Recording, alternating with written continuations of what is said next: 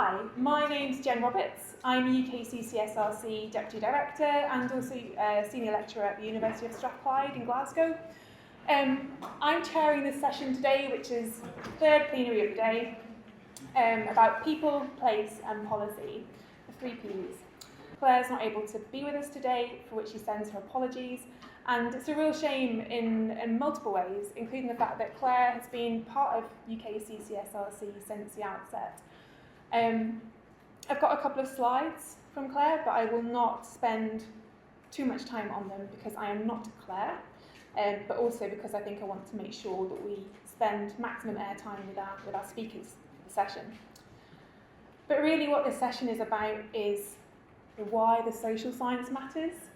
And beautifully today or this afternoon we've heard from a couple of speakers about, we can problem solve our way through technical issues, but we can't necessarily problem solve our way through societal issues in the same way, to quote badly James earlier on.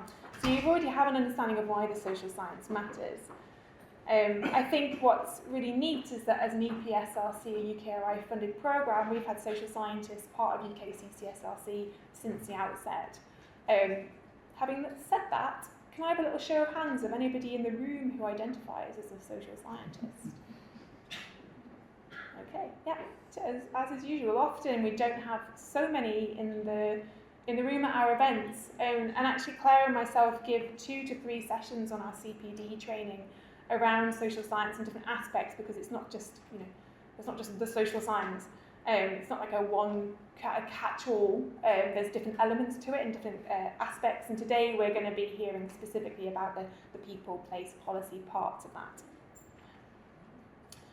Okay, so I think here Claire wanted to highlight the fact that with the background to CCS it's not simply about protest. Many of these are looking like protests. We've got people advocating for change, advocating for climate action, but not necessarily liking CCS as the solution. We've also got political change. We've already heard about what a nightmare that can be, leadership change. So we've got a backdrop of public controversy generally, and a whole range of different attitudes.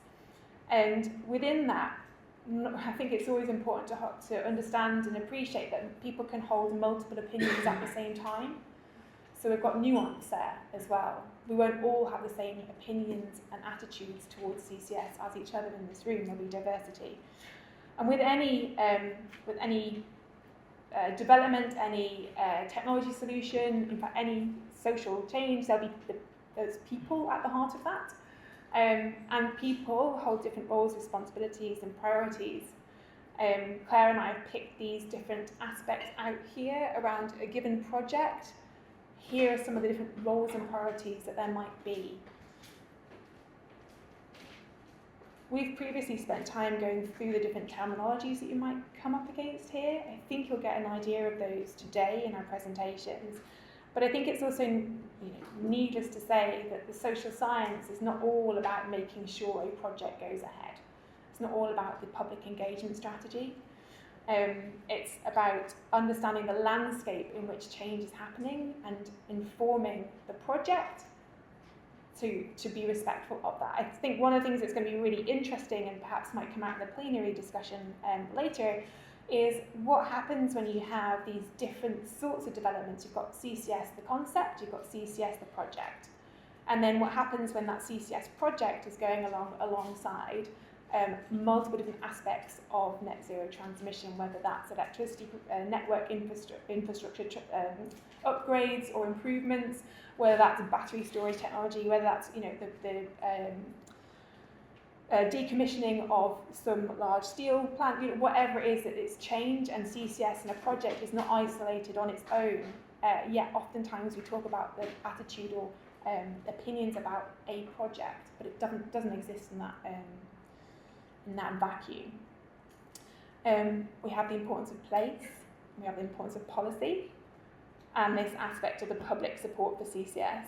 I think here I'll pause just to bring up the themes that came out of the Bayes funded public dialogue on CCS, which is 2021, it's not that long ago, 5 years. Here on the screen are the different criteria for implementation of CCUS that were informed through that public dialogue. So that's the kind of exchange of information, exchange of ideas, and I think in this public dialogue there are opportunities for deliberation as well, other regarding opinions. So these themes around what the kind of criteria for successful CCOS implementation should be won't be too much changed. Diarmaid might speak more about these. But I think what's also useful to reflect on is if we took CCOS out of these, almost stripped it out of the slides, this could be applicable to any development. So what makes CCOS unique? And maybe that's an interesting question for the panel as well. I'm just going to finish this session with the one slide that I did add to Claire's, and that's this emphasis that we've brought the social science aspect of CCS within UKCCSRC for the last 20 years. And I think that's quite commendable, given that CCS is often treated as a technological solution and technological issue.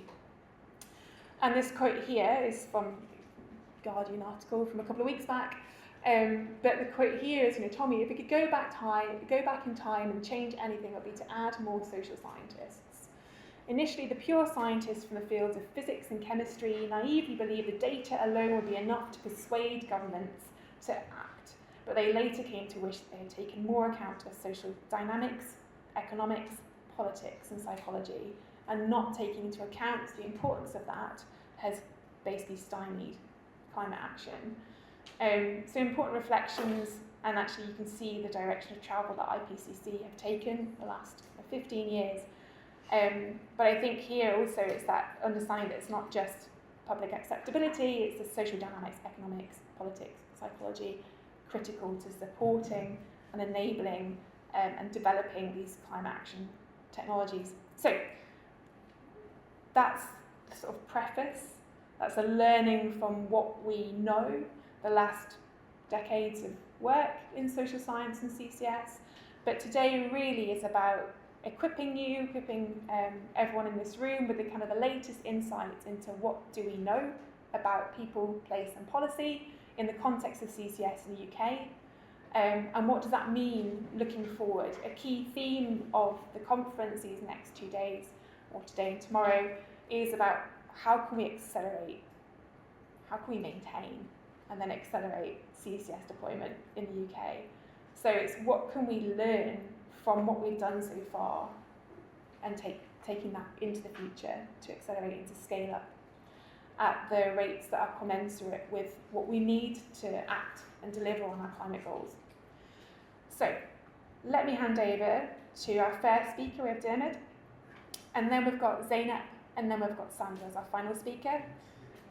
I'll be keeping time, but like the other sessions today, we'll have each speaker in turn and then a plenary to ask questions. So please keep your questions towards 45 minutes time. We'll have half an hour together, a bit less, to really delve into those questions all together. Okay, Diarmaid. Perfect. Thank you, Jane. Thanks for the great intro. So I'm Diarmaid. Might have met some of you over the years. I've been involved with UKCCS for a little while. Previously, in a different light as like an engineer looking at aiming degradation. So it's nice to kind of come full cycle on this, and now coming at things from the social side.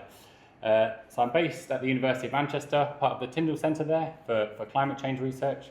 So I guess that kind of maybe impacts kind of the framing of where I'm coming at things from. And yeah, I'm a lecturer in engineering for net zero. And the work I'm going to present today is I'll look at the social license to operate. This was part of kind of IDRIC funded work. So you'll see the IDRIC logo popping up every now and then. And they have a kind of new batch of funding, but this is kind of from a few years ago now, so we've had an opportunity to kind of write this up, and it's giving findings from our full analysis, which is nice. So firstly, we've seen this term of social license kind of being talked about a little bit today, so I think it's useful. We won't spend too long on it, but just to give a definition of what the social license to operate is. And it's basically kind of is there kind of an ongoing high-level support from different stakeholders? So it's not necessarily just public.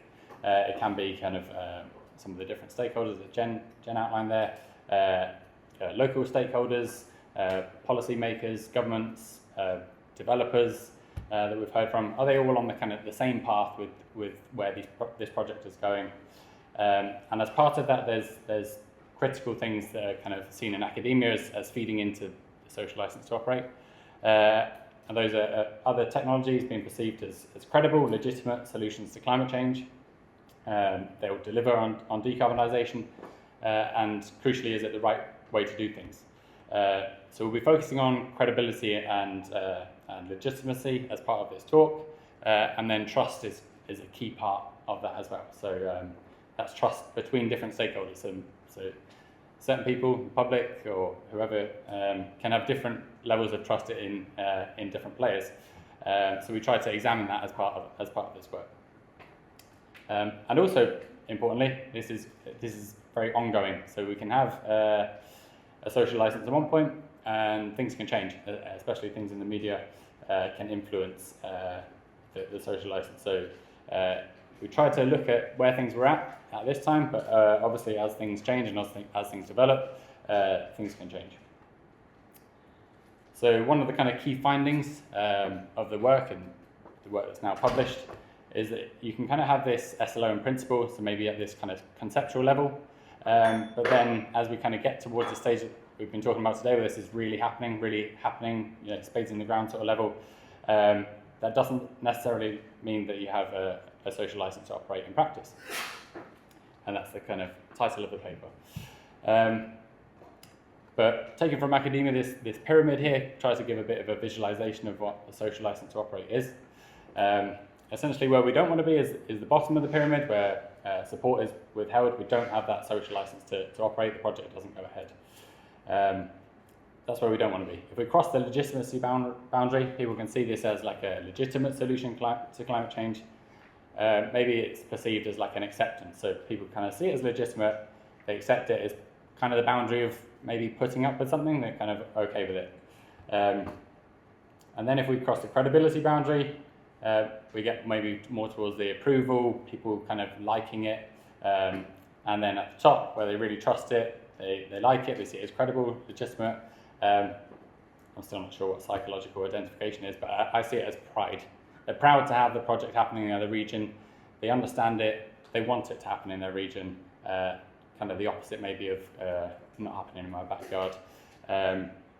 They like it. They see it as a credible solution to climate change. They see all the benefits that it brings, the job that it's providing, and they want it to happen. So that's kind of where we want to be, is right at the top of the pyramid.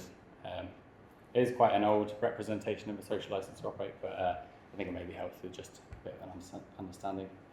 So yeah, as we get towards the construction and operation phase, the ongoing SLO cannot necessarily be assumed. This kind of feeds into a bit more of what feeds in, or what provides an SLO. It comes from some of the work that Claire Goff, couldn't be here, has done previously in the area, funded by UKCCS. And it kind of gives an understanding of what we've learned before and what feeds into that social license. So we're starting at the bottom, because I'm an engineer, and the foundations is the context of what's happened in that region. So it's very place specific. What's happened in the region, is there ongoing contests or protests and things that have happened that will make that landscape and that place different to somewhere else. That is obviously kind of setting the scene. And then there's these kind of pillars that kind of go up towards offering your social license at different scales. So you can read them yourself, but social networks, what are the networks that are already there? The communication and learning, how are people learning and getting their information? Narratives, so what's being talked about in the region, and then again coming back to that kind of trust and confidence. How much people trusted, how much of the players, the actors, the developers in those regions trusted, and that then moves from what's already happened in that region up towards this level where you might be starting to develop a social license to operate. And this can happen at different scales. So it can happen at the local scale, which is where you will need it to happen when we're actually getting towards this point of space in the ground. But you can have it at a national scale, and some of the things that we've done previously in the UK is we've asked people from around different parts of the country, what do you need to happen? How would CCS need to be delivered if you were to trust it, and for it inevitably to kind of have a social license? So we can have that agreement and that support at that level, but then it differs at the different scales. And then just the cherry on the top is maintaining that. So as I mentioned before, it's ongoing. You can have support, then something can happen in that region to change it. So it's just kind of highlighting the fact that this is dynamic. You won't necessarily get a measure or like a level or a number. It's a bit more kind of qualitative than that. The aims of the work before we get into this were, I won't spend too long on this again, but just kind of to get a feel of the social license for decarbonising within the clusters. So that's, we looked at 2 clusters, HyNet and the Humber. So this was a first attempt at extending the SLO approach. So this is something that's been talked about in academia for a while. It's the first go at applying this to industrial decarbonisation clusters. So it's the first go at that. And then we're looking at this, the kind of understanding and the potential to develop this at a regional and national scale. So looking at the local level, but then thinking about it nationally, what does that mean? And exploring this lens of legitimacy, credibility and trust as part of that, and thinking about that kind of in principle, in practice, so from concept to reality. This gives a bit of an overview of the engagement, the timeline. So the top is kind of the things that were happening in the region at the time.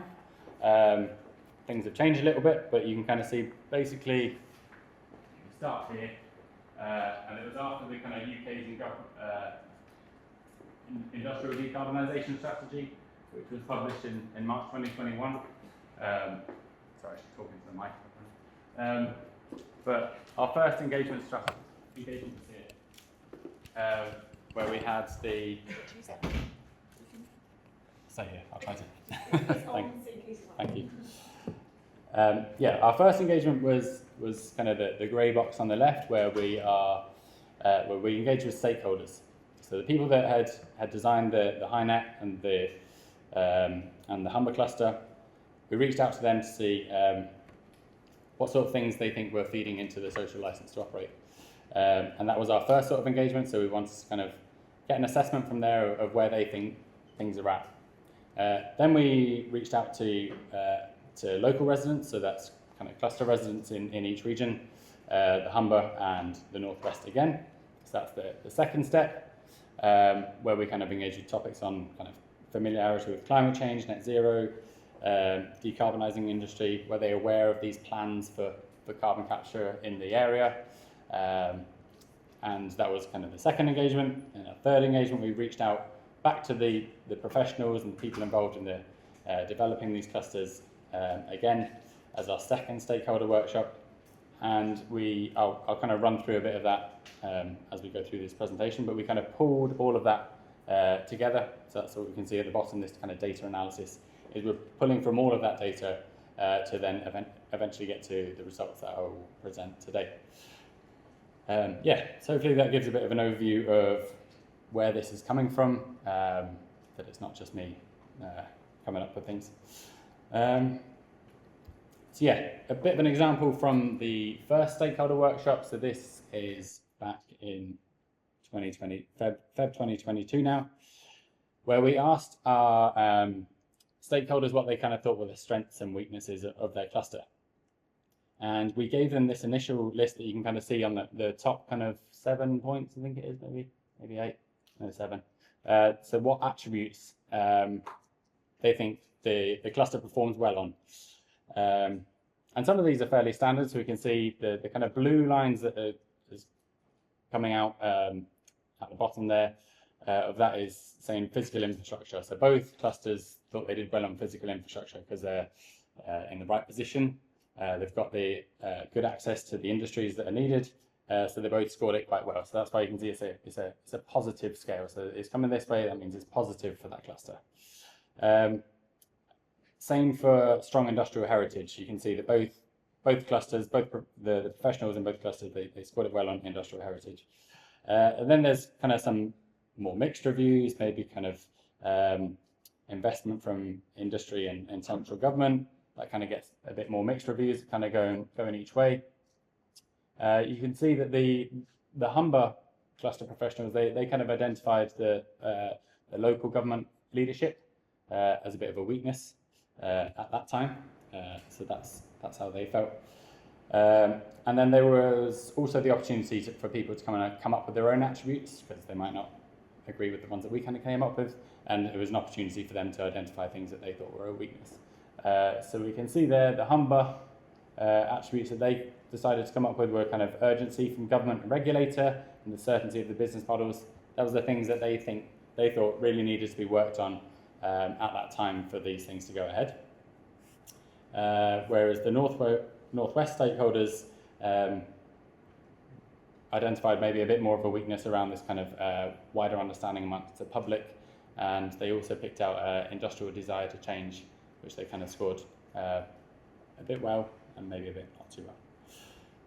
So hopefully that gives an overview from the kind of professional side, that kind of the Humber stakeholders were identifying this need for regulation and government urgency in making this happen. Might have changed, maybe they're reassured now, but that was how it was at the time. This is given a bit of a flavour from just the overview of engagements.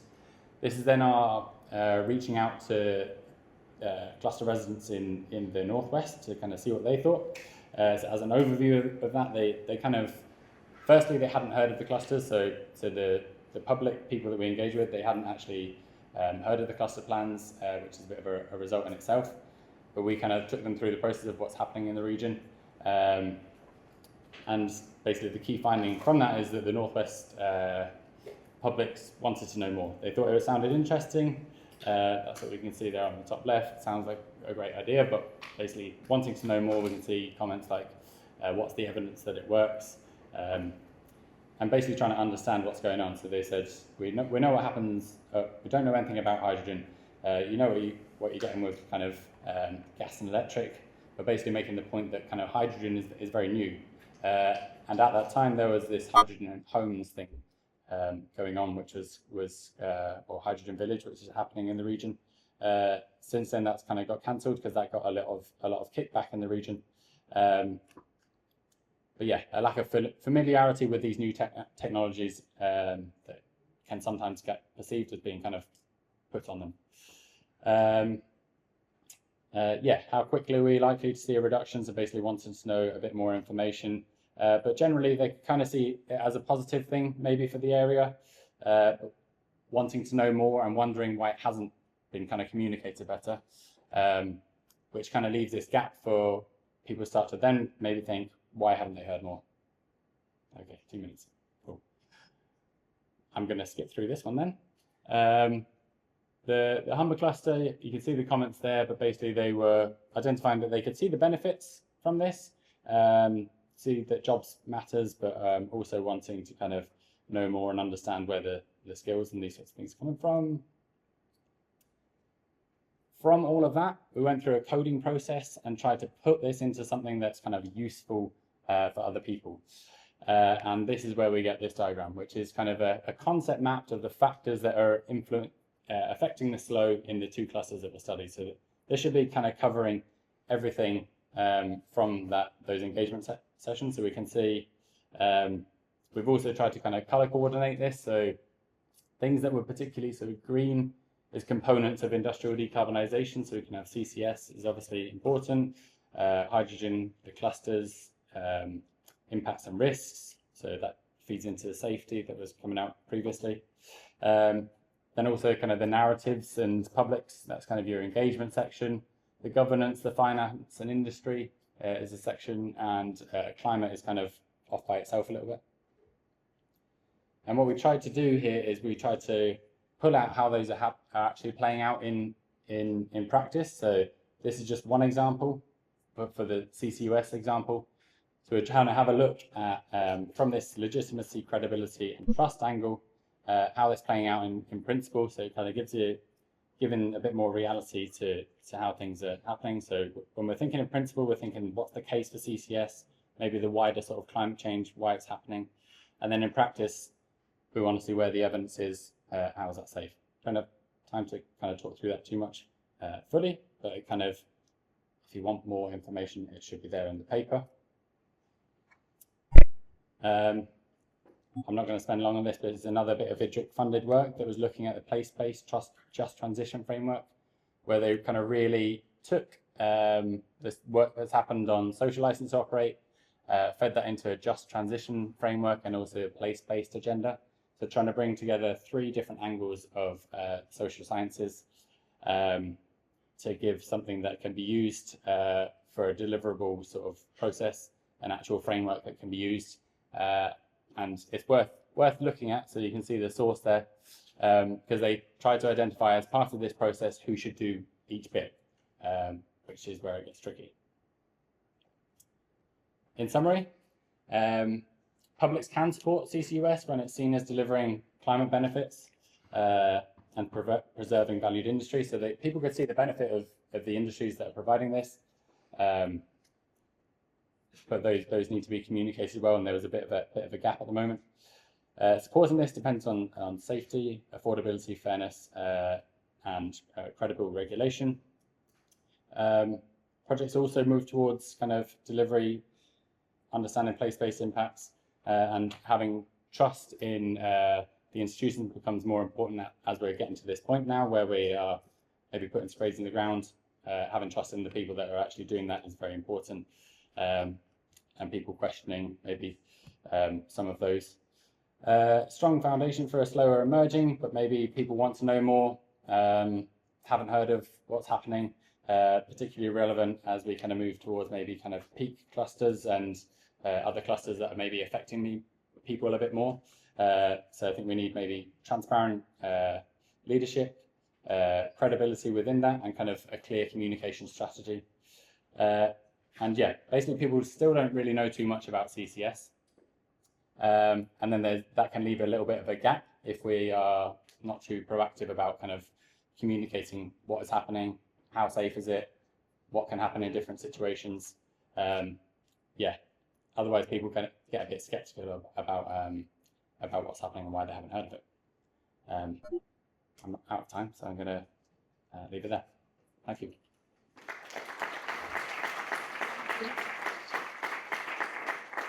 Thank you so much, Zeynep. I really enjoy the distinction there between that in principles and in practice. And I also think your final point, there's that piece there around if people haven't heard of technology and they're being introduced to it by everybody talking about the safety, then there's an issue there around why are you talking about safety all the time for this thing I've never heard about? So I think there's something interesting there as well. Okay, right, over to Zeynep now.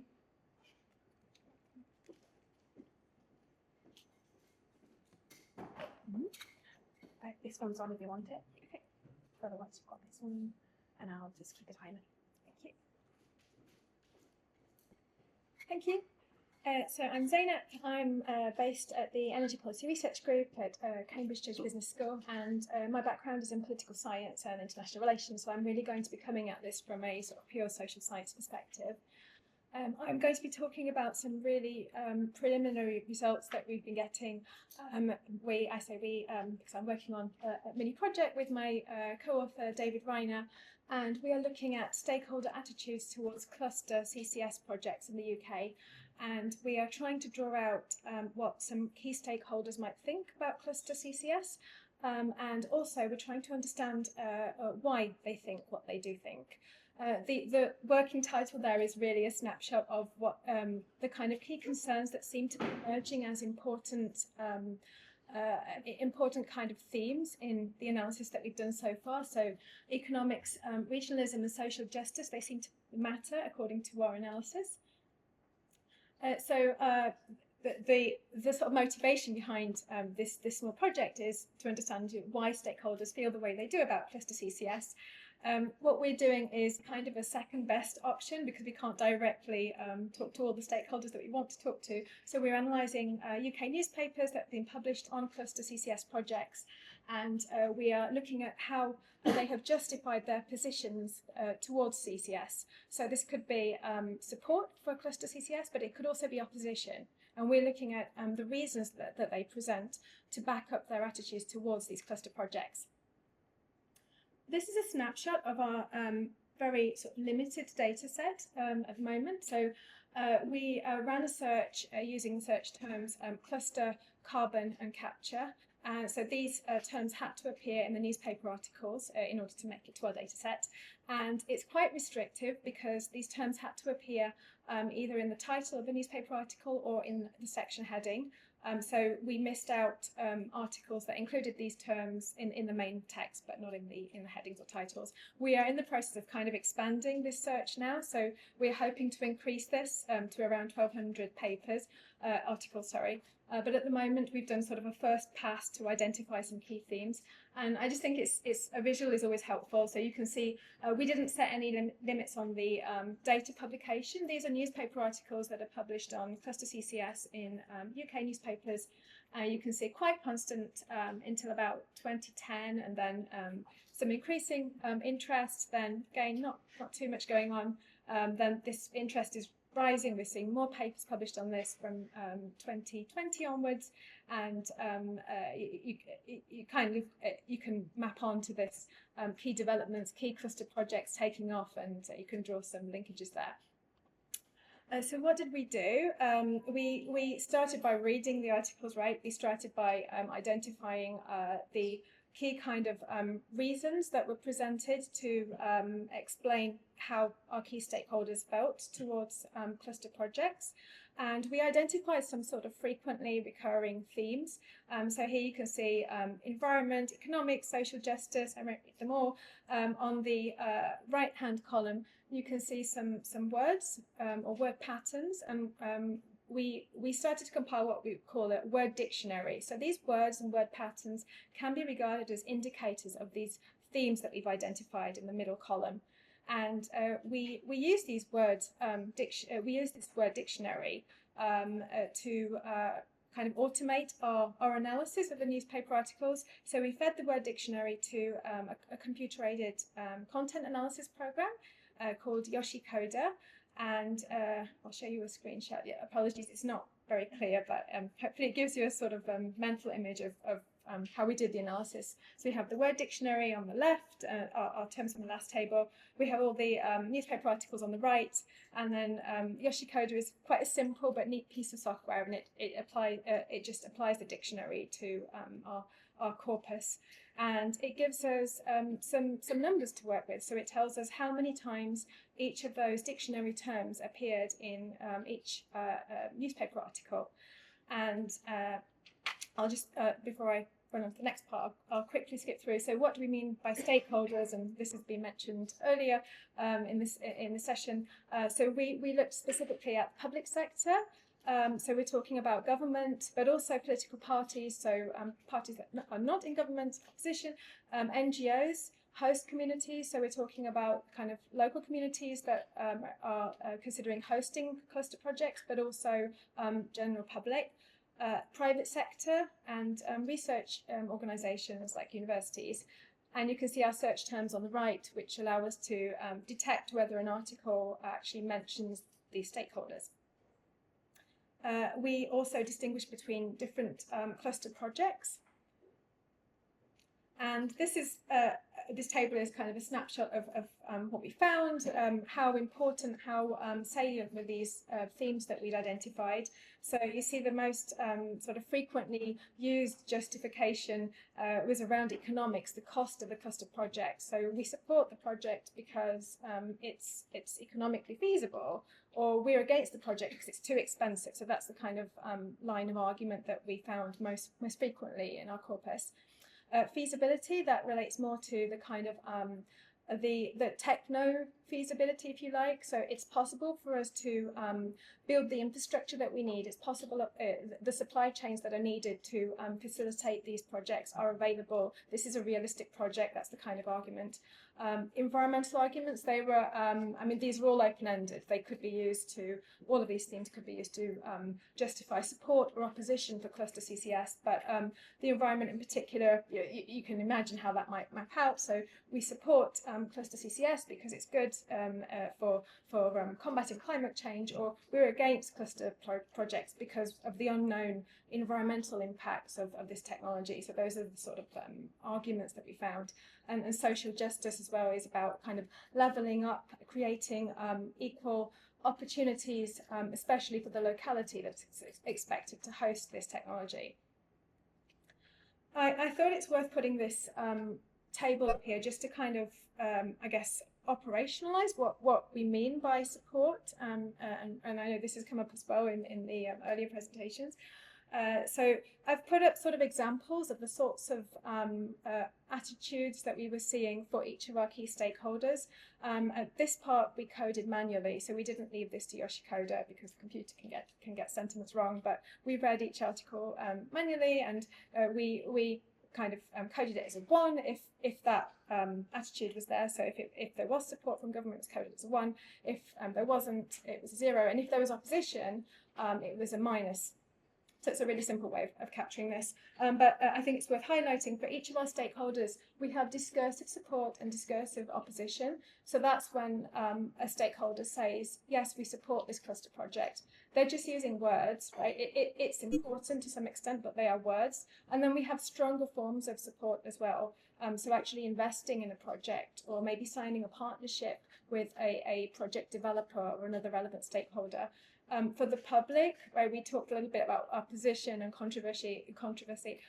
So protesting the project, that's a kind of stronger form of attitude expression, if you like, and that's something that we're coding for. This is a snapshot of our results, if you like. So this is support for the cluster project. So positives above the x-axis are support, and the higher the number, the stronger the support. Negatives are opposition. Quite a few things are striking, I suppose. Apologies, the legend is not terribly visible, but I hope you can make by. The black private sector line, that suggests to us that companies, businesses, they are the most enthusiastic about cluster CCS. They've said the most or expressed the most support for these projects, right? And that's not terribly surprising, maybe. That's followed by government. Then we see researchers kind of ebb and flow. We see some positive support, positive sort of sentiment from 2020 onwards, but getting a little bit more sort of reticent more recently. And then publics and NGOs are more critical, more reticent, especially since 2025. And now I'm adding to this in dotted lines the justificationary themes that we started to draw out. And I haven't sort of analysed any of this statistically yet, but it's interesting. You can see some overlaps. Definitely the economic theme is the most dominant, and that kind of fits what I suggested on the table earlier. And then we see below that in purple, the feasibility theme, that's also quite salient. These are correlation coefficients, so we're looking to see this kind of strength of association between our justificationary themes and support from our stakeholders towards cluster projects. And you can see that not a lot of things are actually statistically significant. Okay, we have a very small data set, so that's maybe part of the reason why, but I think it's important to keep in mind that most of these associations aren't significant. Nonetheless, we see some that are. I'm not sure if my clicker is working. No, I don't think it is. Some things that do sort of strike out. The economics one, so that's suggesting to us that papers which mention kind of economic reasons for supporting or opposing a project tend to be associated with private sector support for cluster projects. We see a stronger positive association for social justice, and then we see some kind of similar positive associations for government authorities and as well in relation to feasibility and social justice, and also the opposition, that's political parties that aren't in power, that aren't members of the government. But I'll move on to the next slide, which I think is kind of helps us put this into context. So this, unlike the last slide, this is doing more, and it's accounting for other potential influences of stakeholder support. So here we are controlling for other factors which could influence how our stakeholders feel about cluster projects. On the left-hand side, you see we are holding constant the date. Our themes, I'll come back to in a moment. The newspaper, we're also holding that constant, right? So we're controlling for the newspaper that the article was published in, and we're also controlling for the project, the cluster project or projects that the paper is actually that the article is about. And here, I think we can see, so again, quite measured results. Our data set is not huge, but despite that, we're seeing some statistically significant associations, even when we hold constant the other potential drivers of stakeholder attitudes. So the ones I want to draw your attention to are the ones with the asterisks next to them, right? So the private sector, regionalism and social justice, they're positive, and they're from 3.3 to 0.4, and what that's telling us is that if an article includes just one more word or word term which fits with our justificationary themes in our word dictionary, so it's quite a small increase, right? We're talking about one word or word pattern, then that's associated with 3 or 4% more likelihood of the private sector supporting cluster projects, which is quite significant, I think. In the second column on government authorities, we find something somewhat sort of counterintuitive, and we're still sort of working through how to interpret that. We see a negative association there, right? So I'm talking about the economics one. That's telling us that articles which mention, which include just one extra economics theme word are kind of 1% less likely to say that the government authorities are supportive of a particular cluster project. Okay, 2 minutes left. So these are sort of the significant findings, and I'll show you some visuals now of what the significant findings look like when we run some sort of predictions based on the last set of results. So this is the negative relationship that we found between the economy theme and predicted government support. So you see papers that mention the economy theme to justify attitude positions are less likely to talk about government support for cluster projects. And then we see the opposite, positive relationships and kind of similarly shaped associations, this time between regionalism and social justice and private sector support. So I want to end by talking about next steps. As I said, this is really a work in progress, so these are very early results that I've shared with you. I already said that we are expanding our data set, so hopefully we'll have more statistical power, and we can find some more interesting things and see if things hold up. We are focusing on key stakeholders that the articles seem to be talking more about, so we have more sort of data to analyse their attitudes. The key themes that have emerged from this quite limited study so far are economic kind of considerations, social justice and regionalism, so that's the direction that we're heading in. And going forward, we want to do a more nuanced analysis in 2 main ways. So we want to look at specific projects. We want to break down our data set into articles that focus on different cluster projects and see if we find any differences between the justifications and attitudes across these projects. And then also we want to distinguish between different types of support. So I mentioned earlier in the table about kind of discursive support versus stronger forms of support, and we want to explore that kind of words deeds gaps and whether our justificationary themes help us to make sense of those. As I said, this is a work in progress, so I'd be very happy to hear your kind of suggestions or reactions. Thank you. We have 15 minutes. And this is opportunity for anyone in the room to ask questions. But I think what I'll do is to kick the, well, actually click reflection. There you go. Just check that one's turned on. When we're putting together this program, Claire and I really wanted to have like quite a mix of people working in different areas relating to CCS or CCS adjacent, different methodologies, and different kind of levels of involvement with UKCCSRC previously, to make sure we have like a diverse array of perspectives. So I think we achieved that. So thank you so much to all three of you. I think probably to start with, Sandra, I thought it would be helpful to hear a little bit more from yourself, and then perhaps also Diarmaid, around how your research findings or the findings from this work are actually informing policy and practice on the ground. So I need to give you a Thanks. Yeah, I think you've probably got a lot better answer for this. I feel like your work is very kind of relevant, whereas, or you know, on the edge of what's actually happening. Whereas I feel like research is a bit of a slower impact. We do try and kind of reach out and do kind of engagements with kind of I can't remember what they're called, calls for evidence from the government, those sorts of things, to try and kind of get in there. And at Manchester, we're lucky enough to have policy at Manchester who kind of do blogs and these sorts of things.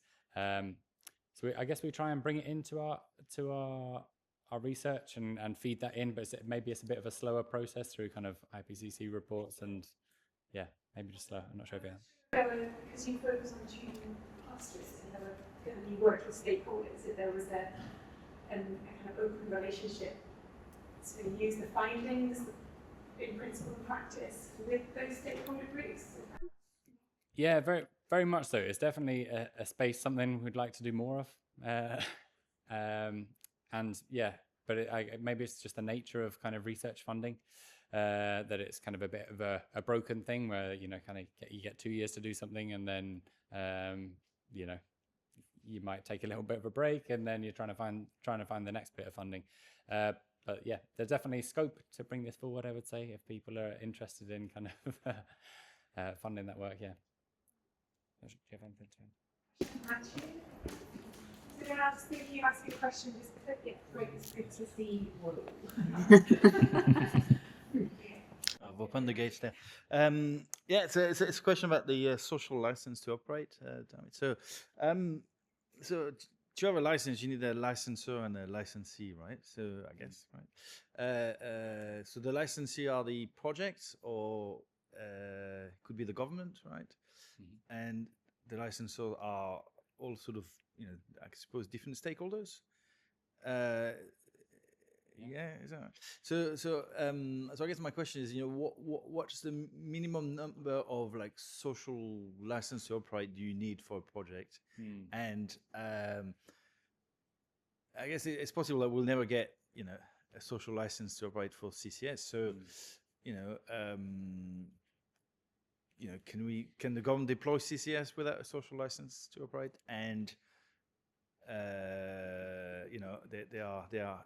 Can you think of examples where that's the case, right? It's a very good question, very current question, I would say. Around. So I guess maybe that's why we steer away from like a number of where the social license is at, and it's not like a rubber stamp sort of, you've got your license, off you go. It is. I understand that. It is moving. I think it's a very interesting question, especially maybe with the Peak District sort of situation of, we're seeing quite a lot of opposition to that at the moment. It would, maybe heading towards the point where it's going to be hard for it to go ahead. But then you get into the point of the kind of counterfactuals and what else? What's next? What else can we do? Quite a difficult one to kind of put a number on, maybe kind of when it's got the social license, when it's not got the social license.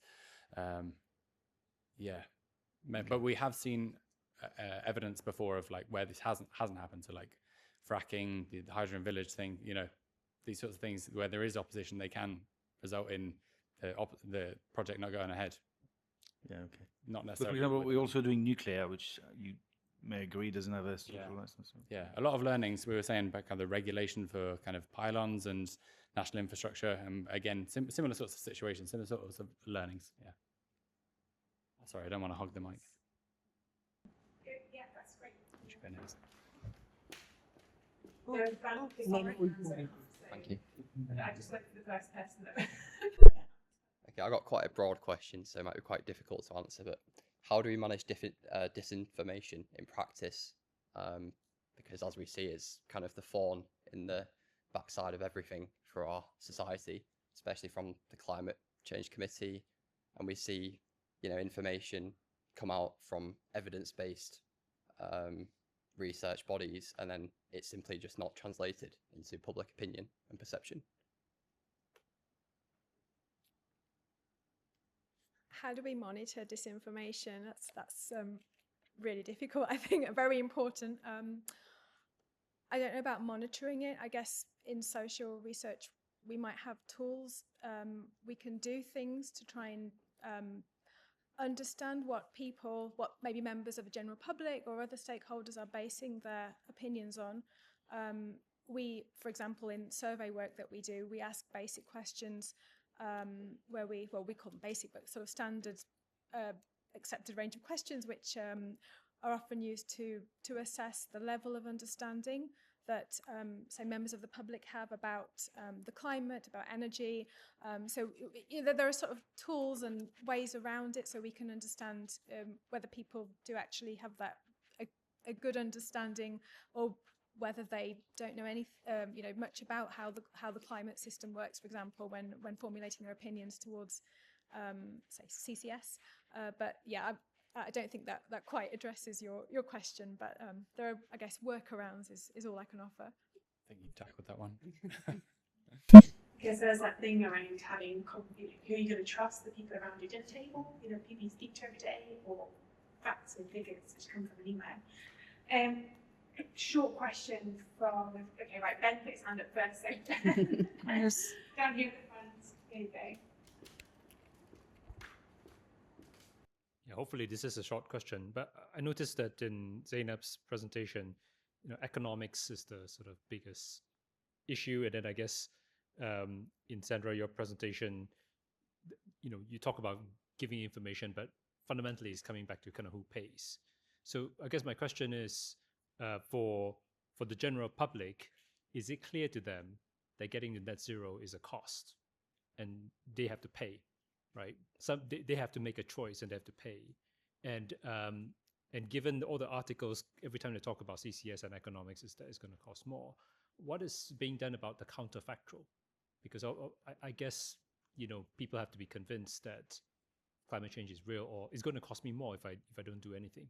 And I guess, just from a kind of member of public perspective, I don't really feel like that comes across. So I'm often, I often feel like, okay, I've got to spend more money, but for what, right? What if I just don't do anything? How much is it going to cost? I'll add to that. I think, well, from the academic community, that there is some commentary on maybe on the carbon removal side, that we could do other things socially to kind of, that could be a counterfactual, that maybe we should push more on the kind of social change and behavioral change, which is interesting, kind of open to debate. CCS is maybe a bit less kind of, I think we're getting to the point of saying CCS is essential, especially for the kind of hard to abate sectors. Yeah, and I think maybe it kind of refers to the other point of kind of just a bit of a gap in kind of the what's out there, and trying to close that gap and bring people in on the conversation of what is the counterfactual, and trying to present that and be clear with that when we're thinking about different clusters, of like, if this doesn't go ahead, what's the backup, or where are we at, and trying to talk through that with people so they're aware. I think that's what I'd say. I don't really have much to add to that. I'd love to know of kind of a public source, or kind of compilation of myth-busting activities to help with that. Really something that's like the counterfactual, because things like the carbon rig do incredible work for us in helping us have these narratives that make sense. But not everyone needs a carbon rig to have those facts and figures to mind. Okay, we've come to the end of our session. I think before we do the final round of applause and so on, I might just ask, just to round things off, short snippets. Sandra and Diarmaid and Zeynep, thinking about what's your top statement, your top remark, your top headline for this question of accelerating responsible deployment from the perspective or aspect of people who've got a safe place to have a quick fire takeaway to close down the session, or looking to do something really stressed. Is that okay? Can you do that for me? Shall I go? Shall I go first? I think we talk a lot about so the social license to operate and public engagement, and this all sounds very good, but I think at the heart of it, we genuinely, so genuine engagement, I think, is more than just sort of winning over publics and making them accept a technology, but actually really involving them from the early stages of policy making and giving them that information and that opportunity to make an informed decision. And in that way, I think you'll be able to reach kind of socially feasible path forward as well. Thanks. I'd agree with that. I'd say two-way engagement, helping to kind of close that gap. And I would just add maybe that people are fearful of kind of underground and things happening underground and interfering with the underground. So closing the gap, particularly on that of messing around with what's happening underground, is an area that I would focus on.